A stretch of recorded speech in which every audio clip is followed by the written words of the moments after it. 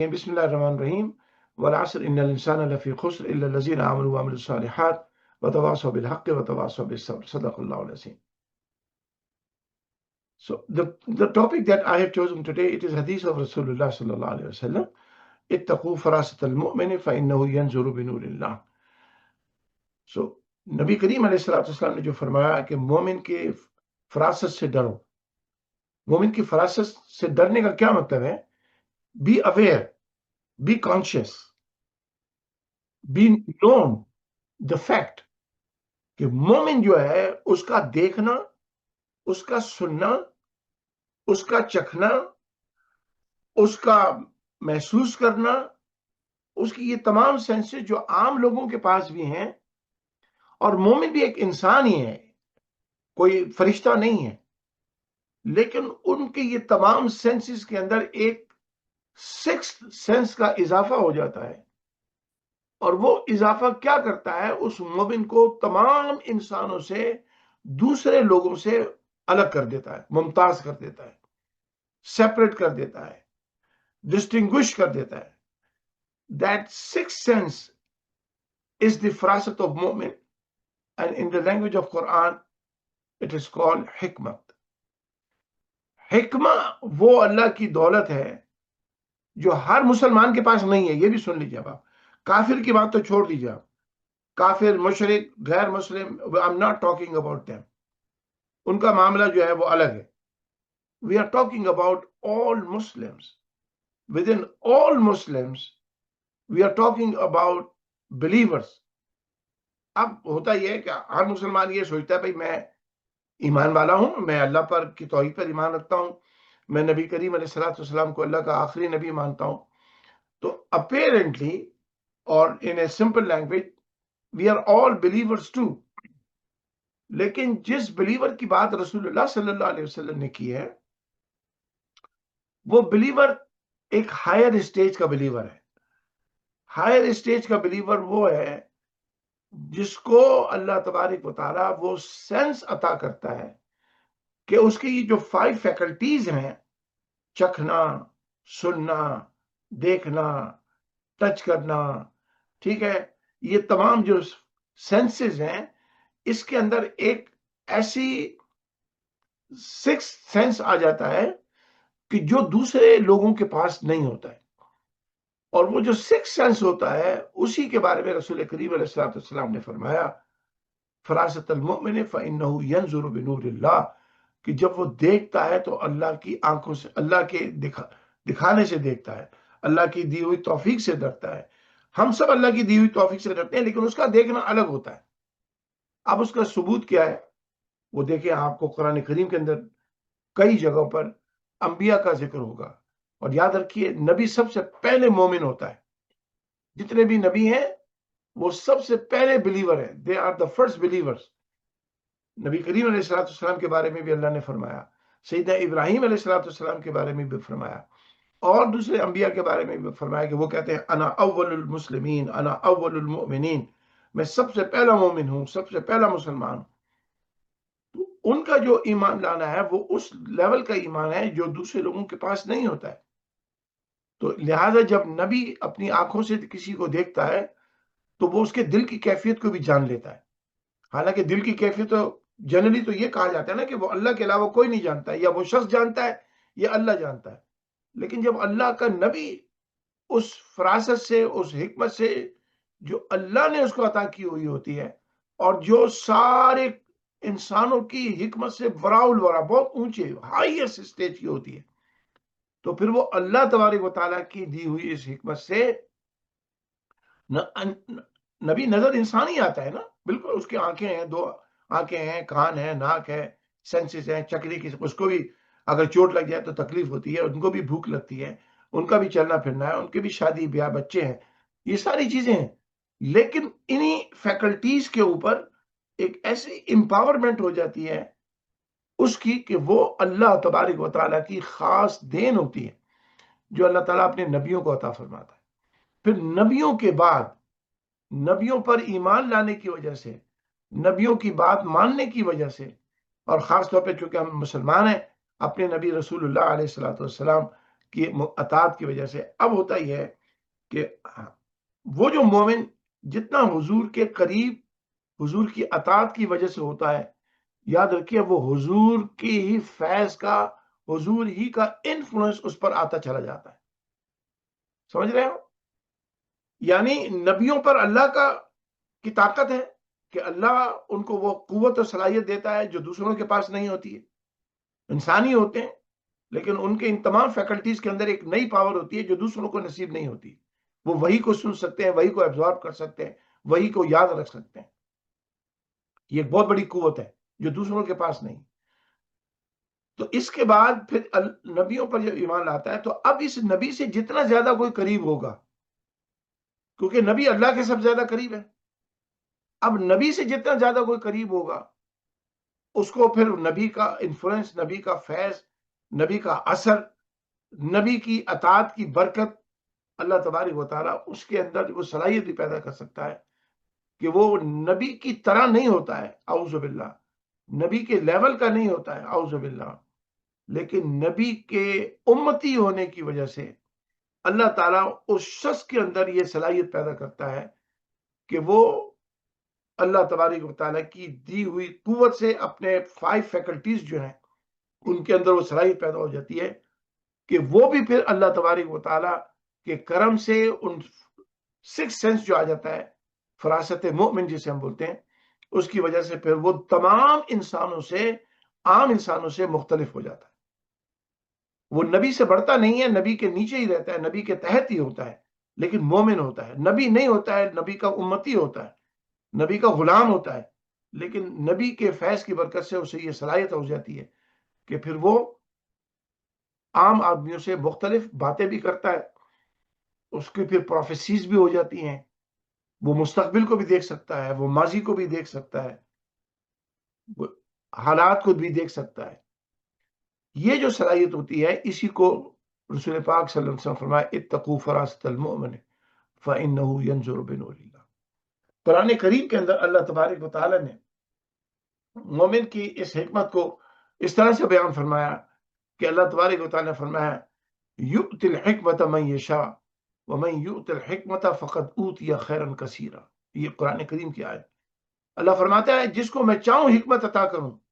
دیکھیں نبی مکس نہ کرنا کبھی بھی، یاد رکھو نبی کے لیول کو کوئی امتی نہیں پہنچ سکتا، کوئی نہیں پہنچ سکتا، لیکن یہاں بات ہو رہی ہے نبیوں کی بات بھی ہو سکتی ہے، لیکن عام مومن کی بات بھی ہو سکتی ہے جس کو اللہ چاہے حکمت عطا فرمائے، اور اللہ کے ولیوں کو بھی، عام مومنین کو بھی جتنی نبی کی اطاعت کی قربت حاصل ہوگی یہ اللہ تبارک و تعالیٰ اس کو عطا فرماتے ہیں۔ یؤتی الحکمت من یشاء، جس کو چاہے اللہ حکمت عطا فرمائے۔ وَمَن يُؤْتَ الْحِكْمَةَ فَقَدْ أُوتِيَ خَيْرًا كَثِيرًا، جس کو اللہ نے حکمت عطا کر دی، اللہ فرماتا ہے اس کو پھر میں نے خیر کثیر عطا کیا۔ یعنی خیر کثیر کیا ہے؟ بے حد دولت سے نوازا۔ اللہ has blessed this person with infinite blessings۔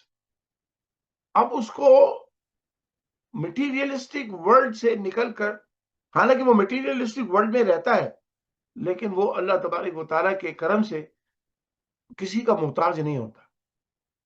وہ اگر خدا نہ خواستہ آنکھوں سے نابینا بھی ہو جائے نا، فزیکل آئی سے وہ بلائنڈ بھی ہو جائے، وہ دیکھتا ہے اس نظر سے جو دوسروں کے لیے، وہ تو نابینا ہے لیکن وہ الحمدللہ اس حکمت والی نظر سے دیکھ رہا ہوتا ہے کہ وہ دوسرے دیکھنے والوں کی آنکھوں سے بھی زیادہ آنکھ اس کی تیز ہو جاتی ہے۔ یہ جو مقام حاصل ہوتا ہے، یہ یاد رکھیے نبی کی جتنی زیادہ قربت حاصل ہوگی اسی کے نتیجے میں یہ فیض حاصل ہوگا۔ یہ آپ کے ارادے پر ہے، اور وہ یہ ہے کہ آپ جتنا زیادہ نبی کی اطاعت میں ہوں گے، نبی کریم علیہ الصلوۃ والسلام کی فرمانبرداری میں ہوں گے، اور نبی کی فرمانبرداری وہی ہے جو قرآن کی فرمانبرداری ہے نا، قل ان کنتم تحبون اللہ فاتبعونی، اگر آپ اللہ کے سے محبت کے دعوے دار ہیں تو اللہ کے رسول کی اتباع کریں۔ تو اصل میں اللہ کے رسول علیہ الصلوۃ والسلام سے قربت، یہ یاد رکھیے وہ فراست ہم کو اور آپ کو عطا مل سکتی ہے۔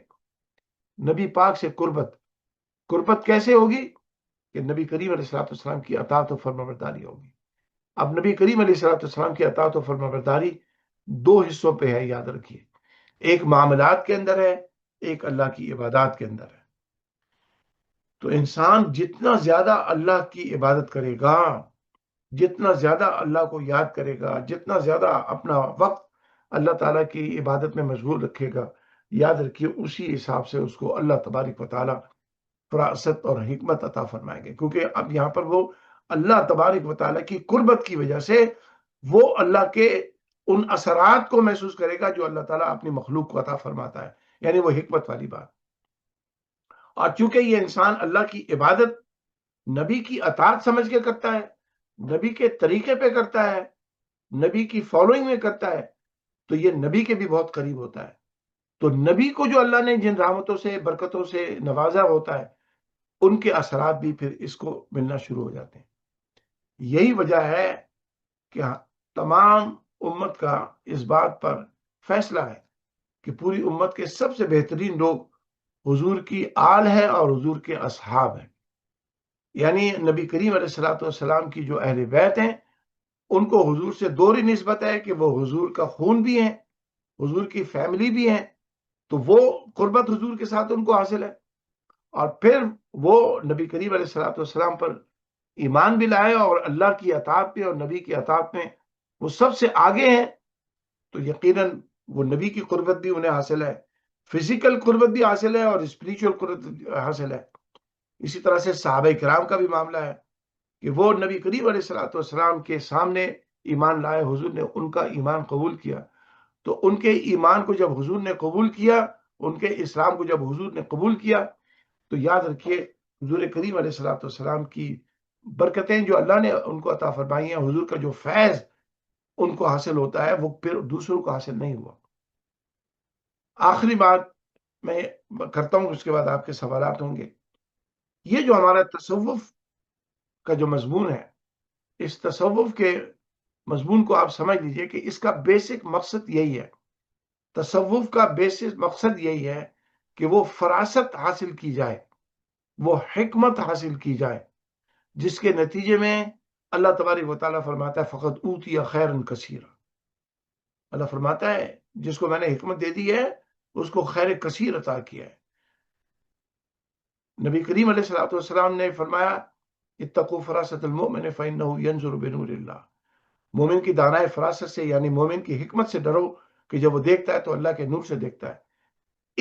اس چیز کو حاصل کرنے کے لیے، مومن کی فراست حاصل کرنے کے لیے، حکمت حاصل کرنے کے لیے، جب انسان نبی کریم علیہ الصلوۃ والسلام کی اطاعت میں جتنا زیادہ آگے بڑھتا چلا جائے گا، اتنا ہی زیادہ اس کو اللہ تبارک و تعالیٰ ان رحمتوں سے اور برکتوں سے نوازے گا۔ تصوف ہے ہی اسی چیز کا نام۔ تصوف کا، اب میں نے بار بار آپ کو یہ ریپیٹ کیا، ہر دفعہ میں ریپیٹ کر دیتا ہوں، یاد رکھیں یہ جو جعلی پیر ہے، ان کی وجہ سے آپ تصوف کو کیسے بدنام کرتے ہیں؟ جعلی مولوی نہیں ہے، جعلی عالمی نہیں ہے، عالم نہیں ہے، جعلی ڈاکٹر نہیں ہے، جعلی انجینئر نہیں ہے۔ ہر پروفیشن کے اندر گندے لوگ موجود ہیں، اچھے لوگ بھی موجود ہیں، گندے لوگ بھی موجود ہیں۔ تو اگر تصوف کے نام کے اوپر کوئی بدماش آدمی ہے تو اس کا مطلب یہ تھوڑی کہ تصوف ہی خراب ہو گیا۔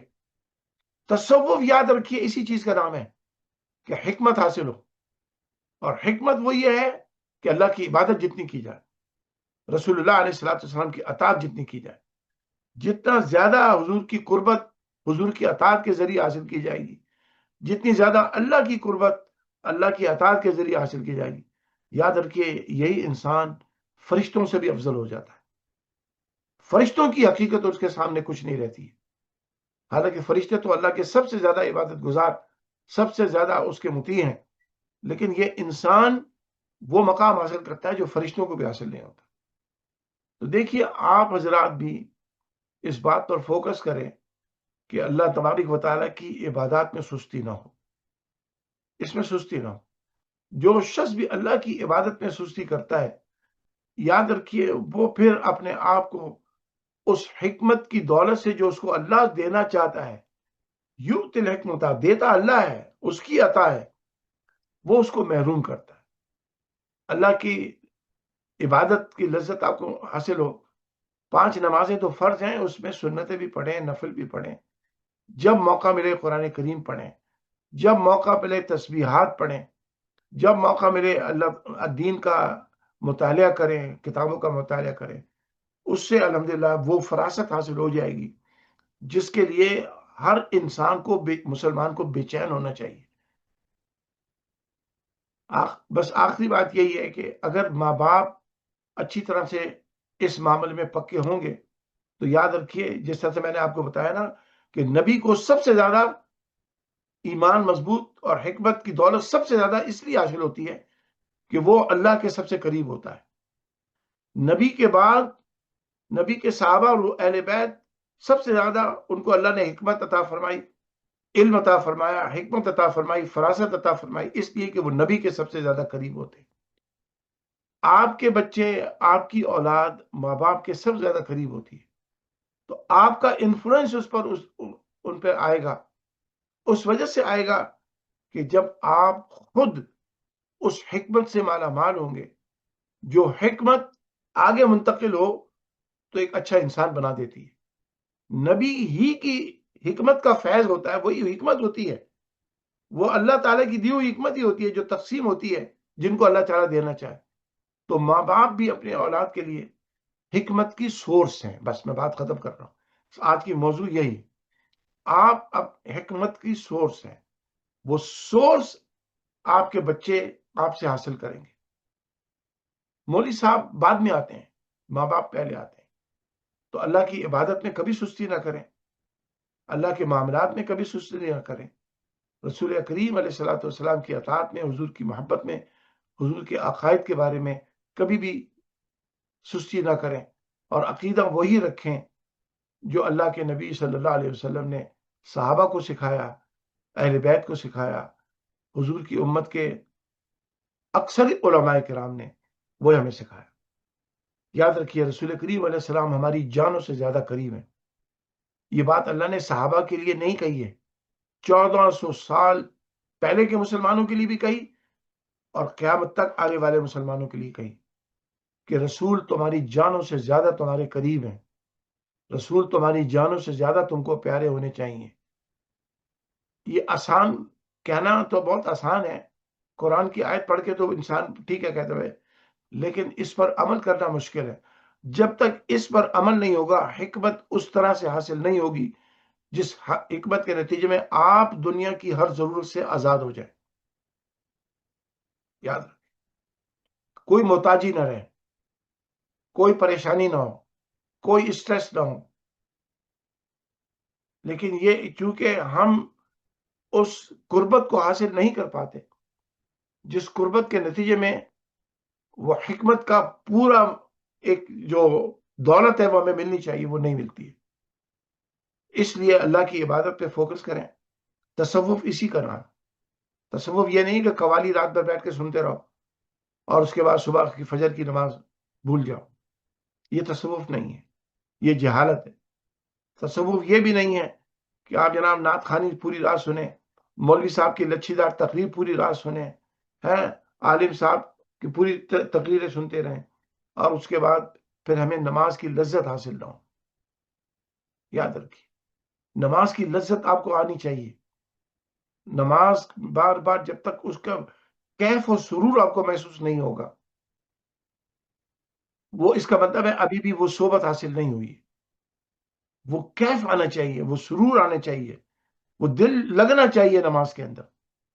یہ صرف اسی وقت ہو سکتا ہے جب آپ اس حکمت کو حاصل کرنے کے لیے کوشش کریں جس حکمت کو اللہ نے فرمایا فقط اوتیا خیرن کثیرا، یہ وہ خیر کثیر ہے جس کے لیے تھوڑی سی محنت کرنی پڑے گی۔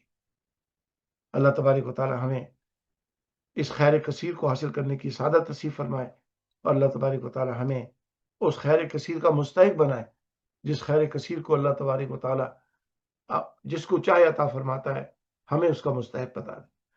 وصلی اللہ تعالی علی حبیبی محمد وآلہ وبارک وسلم علیہم۔ یہ ایک سوال تھا، سسٹر نبیلہ نے لگایا کہ خانقاہ کیا تھا سوال، کہاں چلا گیا؟ السلام علیکم. تصوف میں خانقاہ کی کیا اہمیت؟ دنیا میں یونیورسٹی کی کیا اہمیت ہے؟ سب جانتے ہیں. یونیورسٹی کی اہمیت یہ ہے کہ یونیورسٹی وہ جگہ ہے، اسکول وہ جگہ ہے، کالج وہ جگہ ہے، یونیورسٹی وہ جگہ ہے جہاں پر انسان اس علم کو حاصل کرتا ہے، جس علم کو حاصل کرنے کے بعد وہ کوئی اپنا روزگار کمائے، اپنے زندگی کے اخراجات کو پورا کر سکے، دنیا میں سروائیو کر سکے، کسی کا فائدہ کر سکے، اپنا فائدہ کرے، علم حاصل کرے، ہے نا. تو جس طرح سے university is a place where you acquire knowledge, you acquire expertise, skills that make you able to perform your duties and to earn your living. یا مخلوق کے فائدے کے لیے علم سے سیکھیں اور پھر ریسرچ کریں اور تحقیق کریں اور ڈسکوریز کریں. تو علم حاصل کرنے کی جگہ یونیورسٹی. تصوف میں خانقاہ جو ہے از اے یونیورسٹی. وہ یونیورسٹی کیسی ہے؟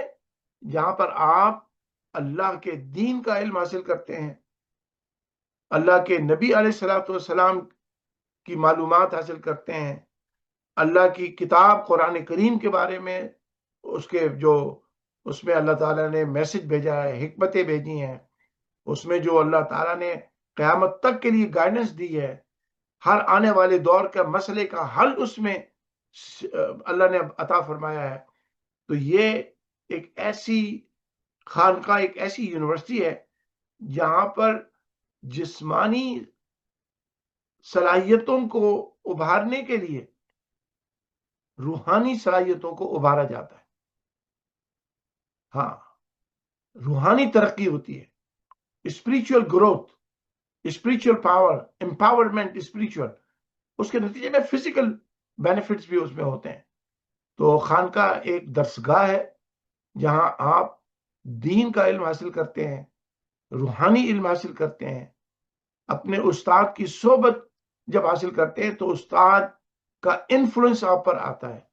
آج بات ساری ہو رہی ہے انفلوئنس کی. اللہ کا انفلوئنس اس کے نبیوں پر، نبیوں کا انفلوئنس امتیوں پر، امتیوں میں نیک لوگوں کا انفلوئنس ان سے کم تر جو روحانی طاقت رکھتے ہیں ان کے اوپر، تاکہ ان کو بھی ایک بلندی تک لایا جائے. تو یہ اس طرح سے یہ چین پروسیس ہے کہ اس طرح سے یہ فیض جو اللہ تعالیٰ کی دی ہوئی حکمت کا ہوتا ہے یہ منتقل ہوتا رہتا ہے لوگوں کے اندر. اور اللہ تبارک و تعالیٰ یہی چاہتے ہیں کہ بھئی میں تم سب کو دنیا میں حکمت کے ساتھ بھیجتا ہوں. تو اب حکمت کو ساتھ بھیجنے کا مطلب یہ ہے کہ تم اس حکمت میں گروتھ آنی چاہیے. اور وہ حکمت میں گروتھ کیسے آئے گی؟ جب آپ اللہ کے ساتھ کنیکٹ ہوں گے، اللہ کے رسول کے ساتھ کنیکٹ ہوں گے، اللہ کی تعلیمات پر عمل ہوگا، اللہ کے رسول کی تعلیمات پر عمل ہوگا. تو خانقاہ جو ہے ایک تربیت گاہ بھی ہے. اب دیکھیں جیسے یونیورسٹی میں آج کل تو آن لائن سسٹم میں بھی انسان سیکھنے لگا ہے، لیکن دیکھیے ابھی نہیں ہو سکتا ہے کچھ سالوں کے اندر، بلکہ لوگوں نے ابھی محسوس کرنا شروع کر دیا ہے کہ انسان جتنا ان پرسن کلاس روم میں جتنا افیکٹولی سیکھتا ہے اتنا آن لائن اس میں اتنی افیکٹونیس نہیں ہے. یہ بات طے ہو چکی ہے. ٹھیک ہے، ہم آن لائن کورسز بھی کر رہے ہیں، آن لائن کورسز میں وہ کنیکشن نہیں ہوتا ہے ٹیچر کے ساتھ جو ہونا چاہیے، لیکن اس کا فائدہ ہے، نقصان نہیں ہے. لیکن جب انسان خانقاہی نظام کا حصہ بنتا ہے، اپنے مرشد کی صحبت میں بیٹھتا ہے، تو مرشد کا جو یعنی اس کی صحبت کا جو اثر ہے وہ اپنی جگہ، اور اس سے جو دین سیکھنا ہے وہ ایک اپنی جگہ ہوتا ہے. تو اسی لیے صحابہ کرام رسول کریم علیہ الصلوۃ والسلام کی امت کے سب سے افضل ترین لوگ اسی لیے ہیں کہ ان کو حضور کی پریزنس بھی ملی اور حضور سے دین بھی ملا.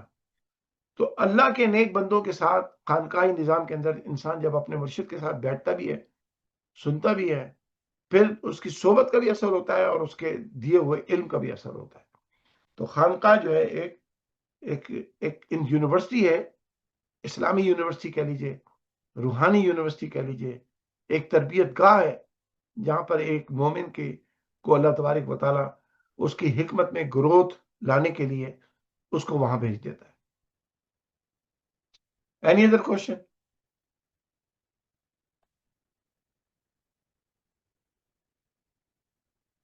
کوئی سوال؟ جی حضرت جی، یہ اس کی کیا نشانی ہے کہ کسی کو اللہ نے فراست عطا کر دی؟ ماشاء اللہ. How we can find out کہ اللہ نے اس انسان کو حکمت عطا فرمائی. نبی کریم علیہ الصلوۃ والسلام کی ایک حدیث پہلے سنا دوں آپ کو. دیکھیے، انسان کو نا اینوی ہونا، جو کہتے ہیں نا رشک کرنا، حسد تو اچھی چیز نہیں ہے. جیلسی از بیڈ تھنگ، یاد رکھیے. Jealousy is not good, it's a bad thing. لیکن اینوی، جسے اردو میں رشک کہتے ہیں، وہ جائز ہے. حضور نے فرمایا رشک کرو دو قسم کے لوگوں سے. یعنی اگر آپ کے پاس وہ چیز نہیں ہے تو وہ چیز حاصل کرنے کے لیے اللہ سے دعا کرو کہ اے اللہ تو نے اس کو عطا فرمائی ہے، مجھے بھی عطا فرما. سمجھ گئے آپ؟ اس کو بولتے ہیں رشک. حسد یہ ہوگا کہ اللہ تو اس کو مت دے، مجھے دے دے، یہ حسد ہے. اے اللہ تو اس سے چھین لے، مجھے دے دے، یہ حسد ہے، اور یہ خراب ہے، یہ شیطان کا عمل ہے. رشک یہ ہے کہ اللہ تو نے اس کو عطا فرمایا، اس کو بھی دیا ہے تو نے، مجھے بھی عطا فرمایا، یہ رشک ہے، یہ جائز ہے. تو حضور نے فرمایا دو قسم کے انسانوں سے رشک کرنا جائز ہے. ایک وہ جس کو اللہ نے دولت دی اور وہ اللہ کی راہ میں خرچ کرتا ہے، ویسا بننا. اللہ سے دعا کرو، اللہ تو نے اس کو اس قابل بنایا کہ یہ تیری راہ میں خرچ کرنے والا بنایا، اس کو تو نے دولت عطا فرمائی ہے، مجھے بھی عطا فرما تاکہ میں بھی اس طرح سے خرچ کروں. تو یہ رشک جائز ہے. دوسرا رشک حضور نے فرمایا اس شخص کے ساتھ رشک جائز ہے جس کو اللہ نے حکمت عطا فرمائی. تو حکمت کیا ہے؟ حکمت وہ صلاحیت ہے جس کے نتیجے میں انسان اللہ تبارک و تعالی کی عبادت کی لذتوں کو محسوس کرتا ہے اور اس کی اطاعت میں دوسروں کے مقابلے میں زیادہ اسٹرانگ ہوتا ہے، طاقتور ہوتا ہے، مضبوط ہوتا ہے.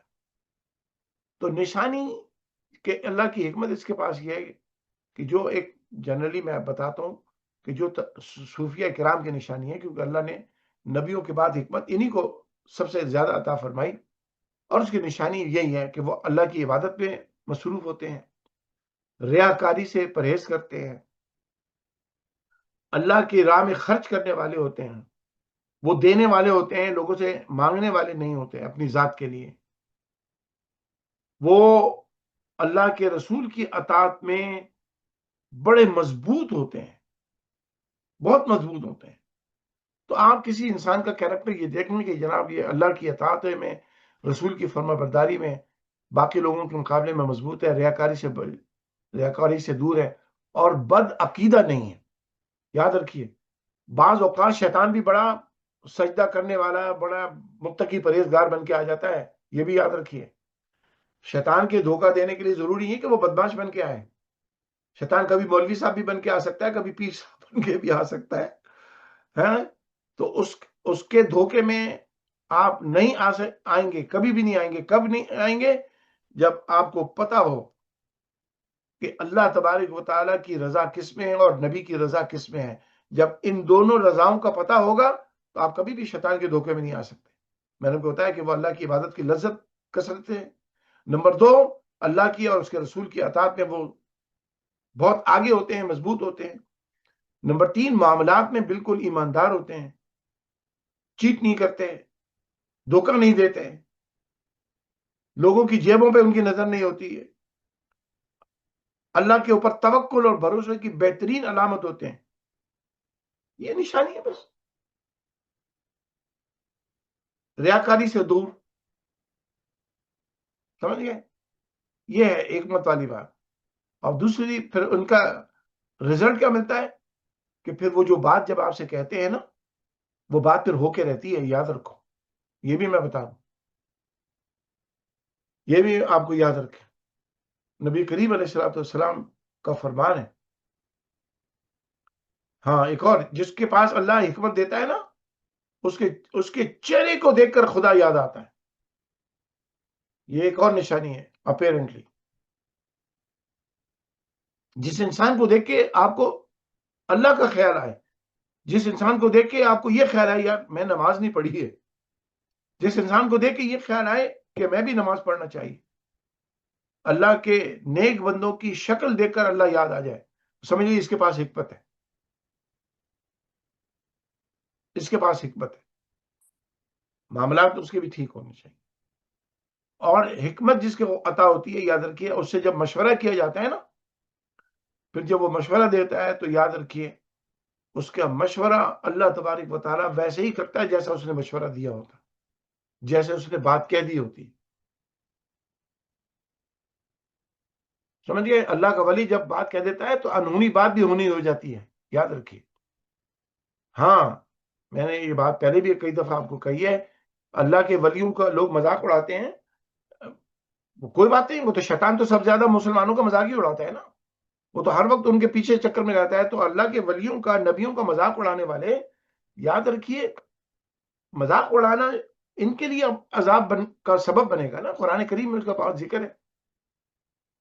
اللہ کا ولی جب ایک بات کہہ دیتا ہے منہ سے، تو اللہ تعالیٰ اپنے ولی سے اتنی محبت کرتا ہے. اس کا لاجیکل آنسر سمجھ لیجیے. اللہ اپنے ولیوں سے، اللہ کے ولی ہوتا کون ہے؟ جو اللہ کا دوست ہو نا. اللہ جس کے ساتھ دوستی کرتا ہے پھر اللہ اس کو ذلیل نہیں ہونے دیتا ہے. یہ یاد رکھیں آپ. جس کے ساتھ اللہ نے دوستی کی ہے پھر اللہ اس کو ذلیل نہیں ہونے دیتا ہے.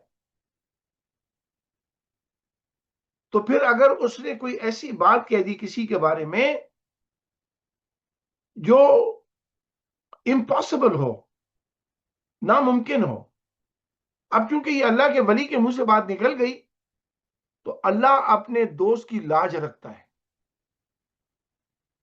اس کی فیس سیونگ کرتا ہے کہ یہ میرا دوست ہے، اس نے یہ بات کہہ دی ہے. تو پھر وہ اللہ خود، کام تو اللہ ہی کرتا ہے، یاد رکھیے کام اللہ ہی کرتا ہے، طاقت اللہ ہی کی ہے، لیکن اللہ اپنے ولی کی لاج رکھنے کے لیے اس کی بات کو پھر ممکن کر دیتا ہے اور وہ ہو کر رہتی، وہ پھر ہو کر رہتی. سورہ یوسف پڑھی ہے؟ سورہ یوسف میں جب جیل کے اندر دو آدمیوں نے اپنے خواب سنائے تو ایک کو سیدنا یوسف علیہ السلام نے فرمایا کہ بھئی تجھے تو پھانسی ہو جائے گی، دوسرے کو کہا کہ تو واپس چلا جائے گا اپنی جاب کے اوپر.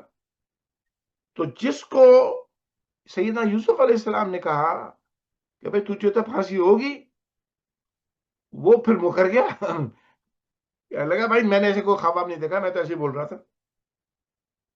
تو یوسف علیہ السلام نے کیا کہا؟ فرمایا اب یہ میرے منہ سے بات نکل گئی ہے، اب ہو کے رہے گی. ویسے تو نے دیکھا تھا نہیں دیکھا تھا، اب بات اس کی نہیں ہے، بات اس کی ہے کہ نبی کے زبان اقدس سے وہ الفاظ نکل گئے، اب ہو کے رہے گا یہ. تو نبی تو بہت ورا الورا ہے. اللہ اپنے ولیوں کی بھی لاج رکھتا ہے، اللہ اپنے ولیوں کی لاج رکھتا ہے. تو اسی لیے حکمت والوں کے ساتھ جب انسان بیٹھے تو اگر ان سے اختلاف بھی اگر ہو جائے نا تو ان کے ساتھ ادب سے اختلاف کرے، بدتمیزی نہ کرے. اور کوئی سوال؟ اچھا یہ کوئی سوال چیٹ میں آئے. ہاں جی کیا سوال ہے؟ often okay, why is tasawwuf often associated specifically with Barelvi thought while other Islamic traditions don't emphasize it as much? No, no, no, look, I'm not going to discuss this Barelvi and Deobandi and Salafi, those things. It is not associated with any school of thought. Tasawwuf is a core of Islam. Remember one thing.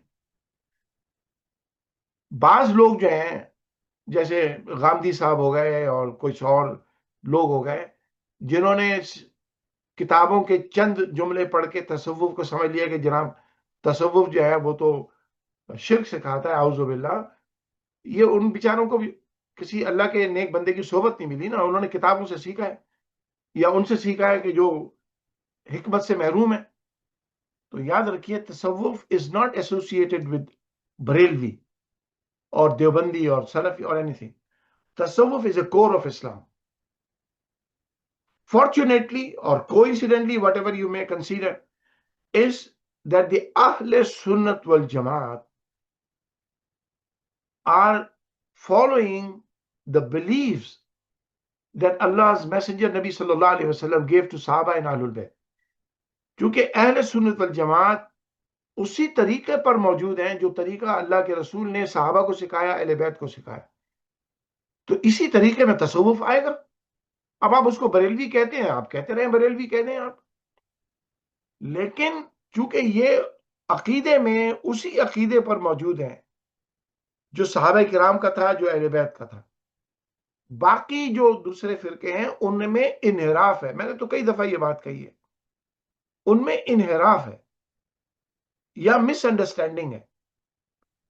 تو آپ یہ کہتے ہیں کہ تصوف بریلویوں سے کیوں associate ہے، باقی کیوں نہیں؟ نہیں، تصوف بریلویوں سے ایسوسیٹ نہیں ہے. تصوف از اے کور آف اسلام. اہل سنت والجماعت از on the same aqidah, same belief that the Sahaba has and Ahlul Bayt has. That is why it remains with the Ahl Sunnah wal Jamaat. اب پاکستان ہندوستان میں ان کو بریلوی کہتے ہیں، آپ جو مرضی کہیں، میں تو اپنے آپ کو اہل سنت والجماعت کہتا ہوں بھائی. It is necessary for one to make bay'ah to another teacher if their murshid has passed away. Yes, that is absolutely okay. The reason is, as I mentioned, that the sohbat of murshid is very important. Sohbat of murshid is very important. Sohbat means the in-person attendance. In-person attendance with murshid is very important. آج کل جو on line مرید بنانے کا سلسلہ شروع ہو گیا، استغفر اللہ، میں تو ہنستا ہوں اس لیے کہ تصوف تھا ہی نہیں. تصوف جس نے پہلے سوال کیا تھا نا، کہ بہن نے کیا تھا، کسی بھائی نے کیا تھا، خانقاہ کی اہمیت کیا ہے؟ خانقاہ is you are in person attending a course, a subject with your teacher, and teacher is your murshid. So جب اگر کوئی کہیں بیت ہے اور ان کے مرشد کا انتقال ہو گیا ہے اور وہ محسوس کرتے ہیں کہ بھئی مجھے مزید تربیت چاہیے، مجھے مزید مشورہ چاہیے، روحانیت چاہیے، مجھے صحبت چاہیے، تو وہ مرشد کے انتقال کے بعد بیعت کر سکتے ہیں. لیکن میں اس چیز کے خلاف ہوں کہ انسان کا پیر زندہ ہو اور وہ 10 جگہ اور مرید ہو جائے. That is not تصوف and that is not the way it should be. ہے نا؟ یہ جو آپ کے پیر صاحب زندہ ہیں، آپ ان سے رابطہ رکھیں. اور اسی لیے یہ جو آن لائن پیری مریدی ہوتی ہے، بعض آرگنائزیشن پاکستان ہندوستان میں انہوں نے کہا جی فارم بھر دو آپ مرید ہو گئے. استغفر اللہ، فارم بھر دو مرید نہیں ہوتا ہے بھائی، یہ تم لوگوں نے ڈرامہ بازی کی ہوئی ہے. آپ ان کے ساتھ اٹیچ رہیں، یہ ریکروٹمنٹ نہیں ہے. اب پیری مریدی بھی ریکروٹمنٹ بن گیا نا، آپ میری آرگنائزیشن کو جوائن کر لیں، آپ میرے مرید ہو گئے. نہیں بھائی، ایسا نہیں ہے. پیر کو مرید کی اصلاح کرنی ہے، پیر کو مرید کے مسائل سننے ہیں، پیر کو مرید کو گائیڈ کرنا ہے، پیر کو مرید کے ساتھ اس کے مسائل میں ہیلپ کرنی ہے. ہاں، اب اس میں ہوتا ہے کہ الحمدللہ جو اللہ کے سچے نیک ولی ہوتے ہیں، مرشد ہوتے ہیں، وہ روحانی کنیکشن ان کا اپنا مریدوں کے ساتھ ہوتا ہے، تو وہ خواب کے ذریعے بھی، روحانی کنیکشن کے ذریعے بھی اپنے مریدوں سے کنیکٹ رہتے ہیں، چاہے وہ فزیکل ڈسٹینس ان کا کتنا ہی دور ہو. فزیکل ڈسٹینس، یاد رکھیے، physical distance is not important in spirituality. روحانیت میں physical distance doesn't matter. What matters is connection with your murshid.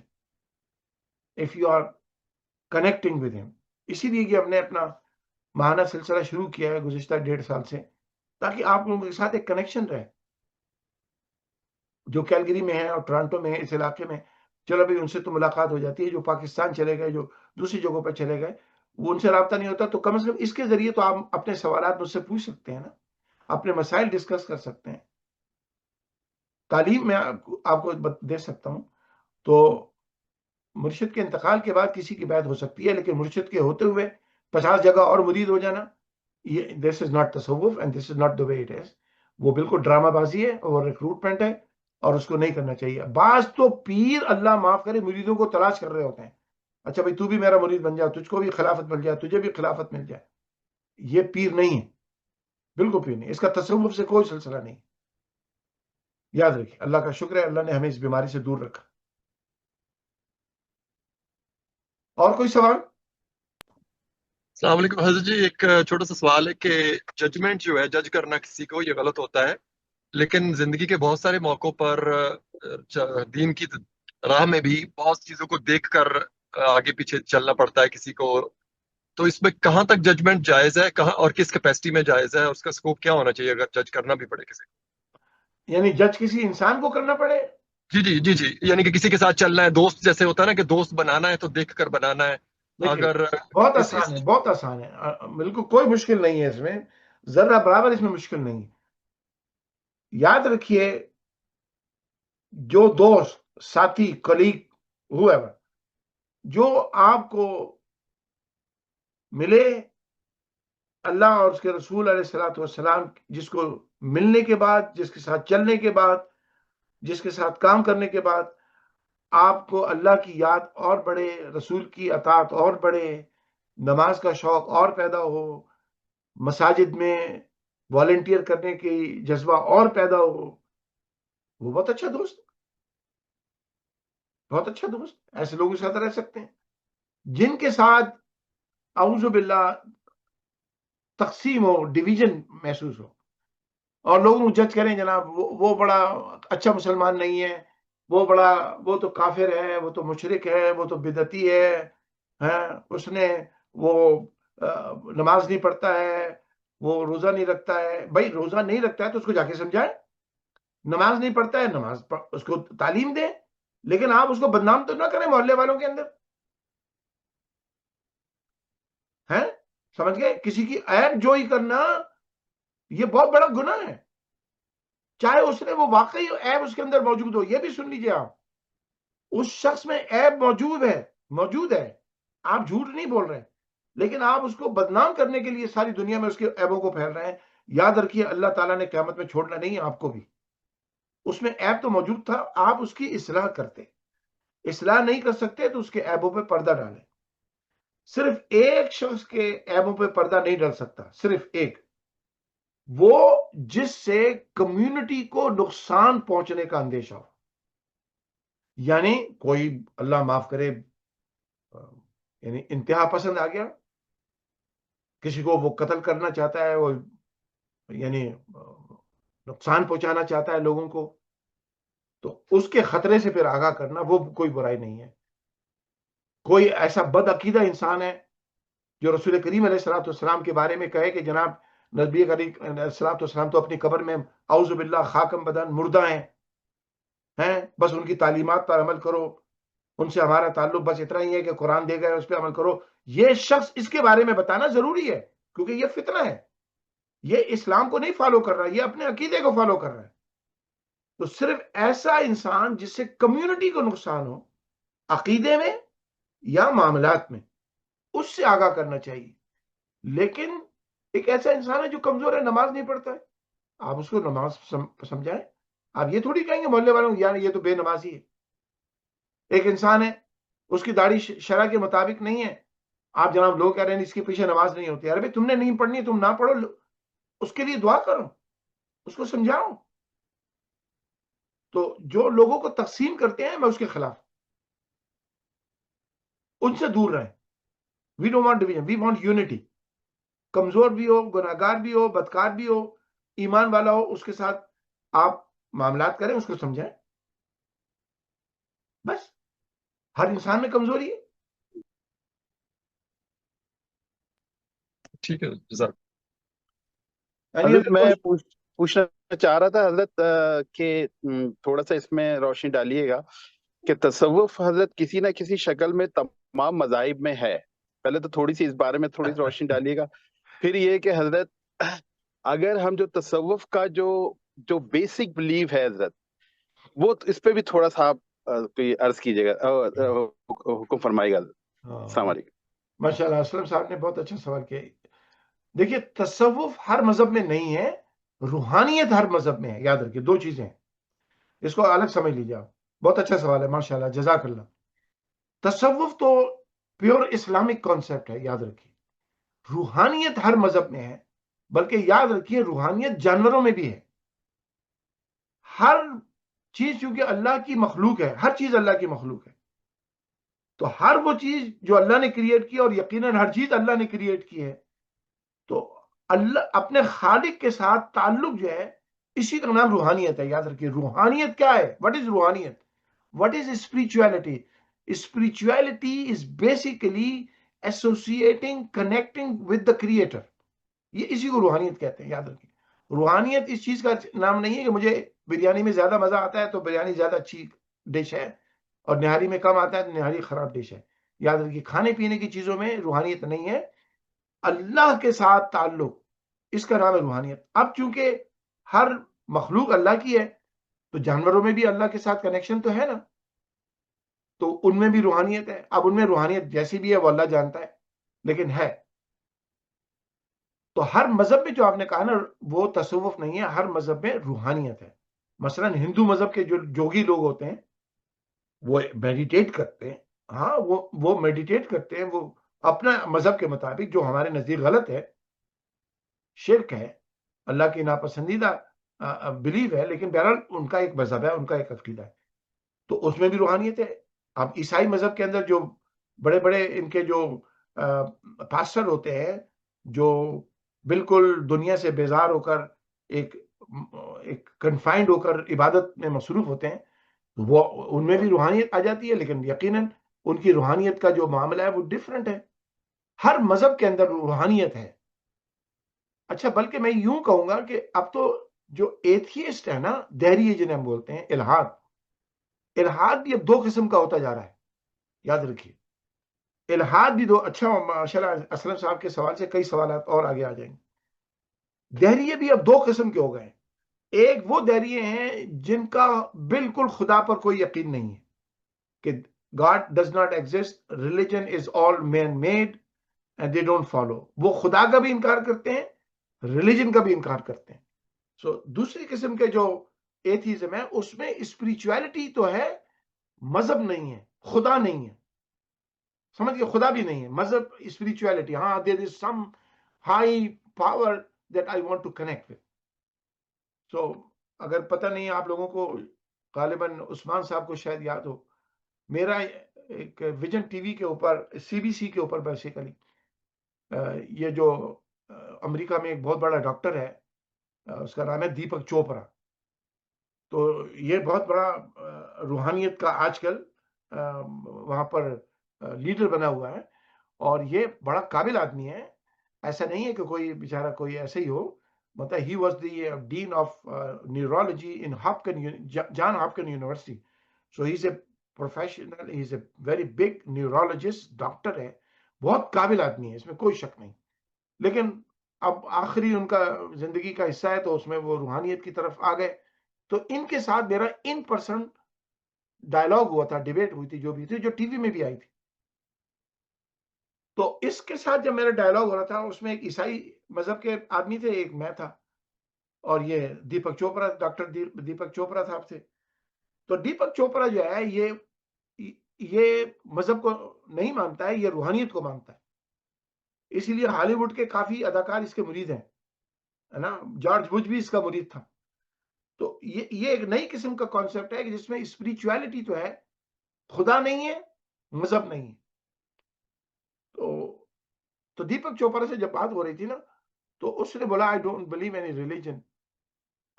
Sorry اس نے یہ کہا کہ I do not believe there is God. So you cannot find God. The concept of God is man-made God, man-made concept. یہ جب کہا تو میں نے اس کو یہ کہا تھا، بڑی لمبی گفتگو تھی، میں مختصر بتاتا ہوں.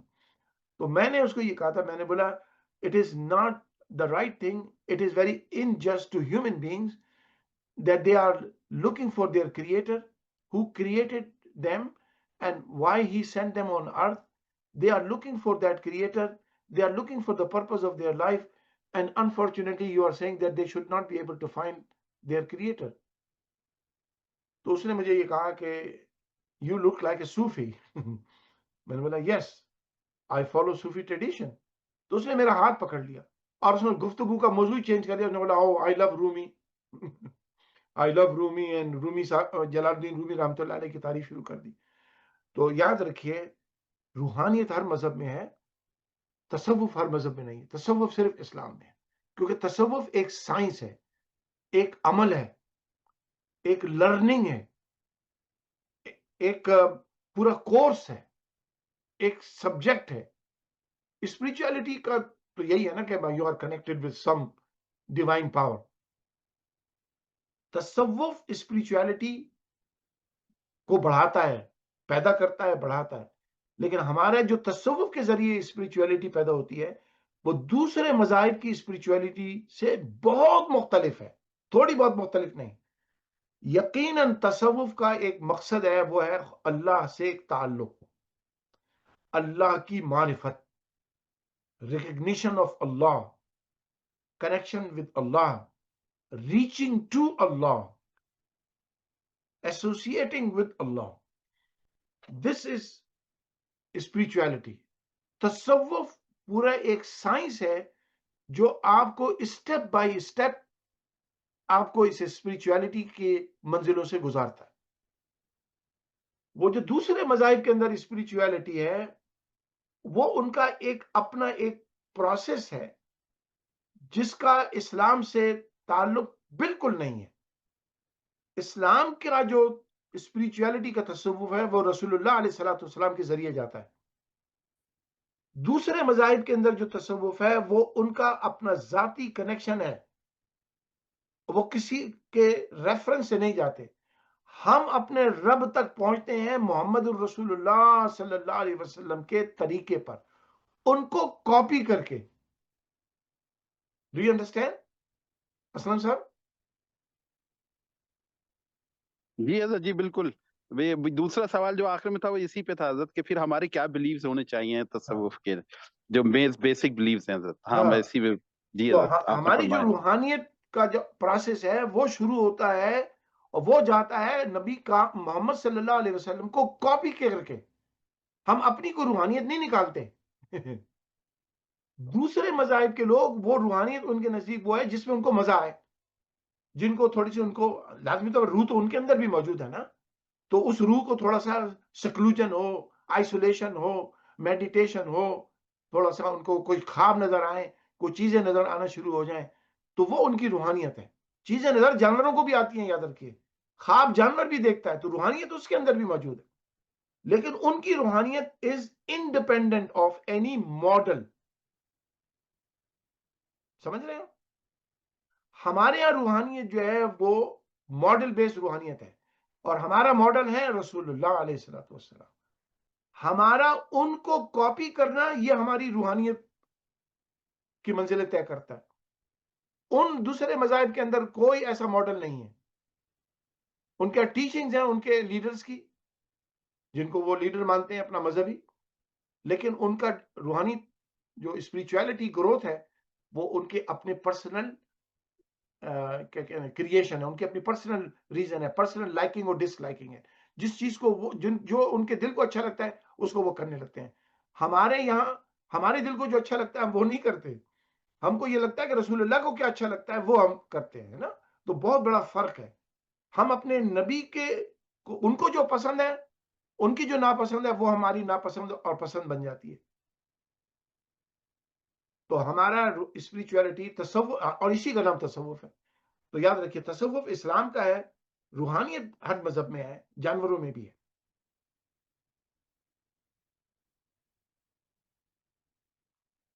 اور کوئی سوال؟ چلیں جی ماشاءاللہ. آج اسلم صاحب کے سوال نے مزہ کر دیا. بیٹا آپ لوگ پوچھا کریں، آپ لوگ پوچھا کریں. آپ لوگوں کے ذہن میں سوال ہوتے ہیں یا تو آپ جھجکتے ہیں، پوچھتے نہیں ہیں. میں نے آپ کو 10 دفعہ کہا ہے کہ اگر کبھی سوال ہوا کرے لکھ لیا کرو تاکہ اس موقع پہ آپ اس کو یاد کر لیا کریں. کیونکہ سوال جواب سے نا بہت ساری چیزیں کلیئر بھی ہوتی ہیں اور بہت ساری چیزیں کور بھی ہو جاتی ہیں. مجھے اسی لیے یہ جو غامدی صاحب ہو گئے اور وہ ذاکر نائک ہو گئے، اس قسم کے جو لوگ ہیں جو تصوف کے بارے میں بہت بدگمان ہیں. کیونکہ اچھا اب یہ لازمی طور پر پڑھے لکھے لوگ ہیں، ایسا نہیں ہے کہ جاہل ہیں. اب یہ کتابوں سے آؤٹ آف کانٹیکس لے کے بزرگوں کی چیزوں کو لے لیتے ہیں.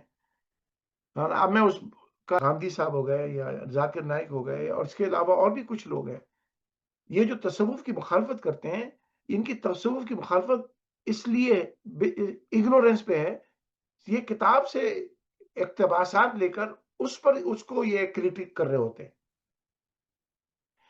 اگر ان کو اللہ کے ولیوں کی صحبت مل جائے اور ان سے یہ ایکسپلینیشن پوچھیں تو یہ کبھی بھی اس قسم کی بات نہ کریں. مرزا غلام احمد قادیانی نے نبوت کا دعویٰ کیوں کر لیا تھا؟ مجھے پورا یقین ہے کہ اس کو کچھ نہ کچھ نظر آتا ہوگا، بالکل آتا ہوگا. اس کو خواب بھی آتے ہوں گے، اس کو اس قسم کی چیزیں نظر آتی ہوں گی جو ہندو مذہب کے لوگوں کو بھی آتی ہیں، عیسائی مذہب کے لوگوں کو بھی آتی ہیں، دوسرے لوگوں کو بھی آتی ہیں، جو ایون اسپریچولیٹی کے قائل دہری ہیں وہ ان کو بھی نظر آتی ہیں، ان کو بھی نظر آتی ہیں. تو اب چونکہ ان کی گائیڈنس پراپر نہیں ہوتی تو یہ بہک جاتے ہیں. اگر ان کو کسی اللہ والے کی صحبت ملے، اس کی تربیت ملے، تو یہ کبھی یہ باتیں نہ کریں جو یہ کر رہے ہیں. اللہ ان کو ہدایت عطا فرمائے.